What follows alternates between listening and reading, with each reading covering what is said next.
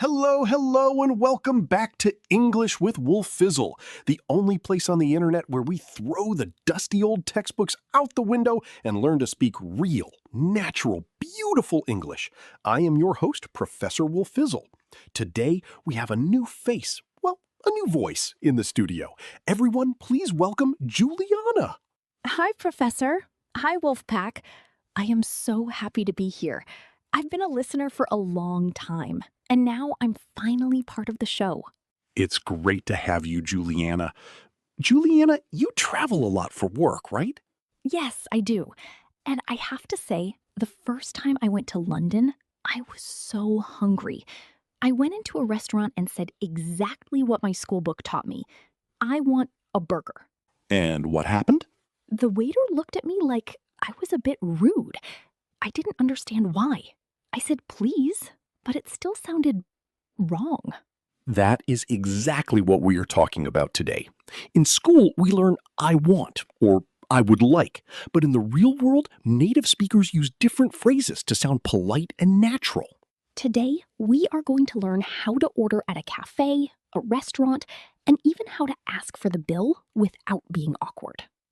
Juliana, when you walk into a coffee shop today, what is your favorite phrase to use? I love the phrase, "Can I get?" or "Could I have?" It's so simple, but it sounds much more natural than "I want." Exactly. Can I get a latte, please? Sounds friendly and quick. Listeners, let's practice. Repeat after Juliana. Can I get a large coffee, please?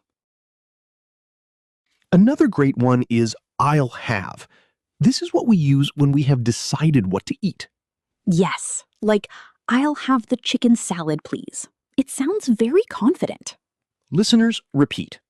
I'll have the chicken salad, please. Let's simulate a busy cafe. I am the barista, and Juliana is the customer. Morning, what can I get for you today?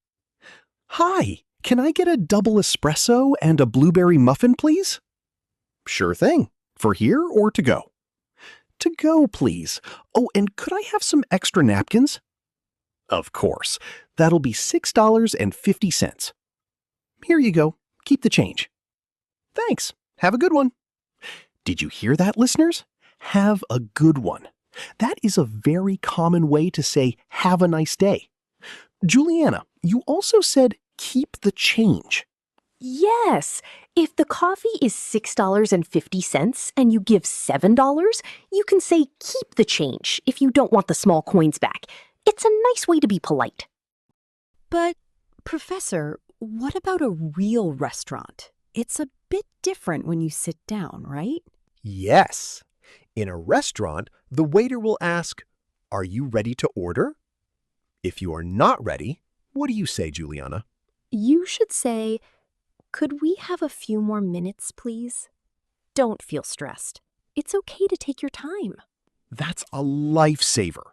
Repeat. Could we have a few more minutes? What if something is wrong? Juliana, what if your soup is cold? Oh, that's difficult.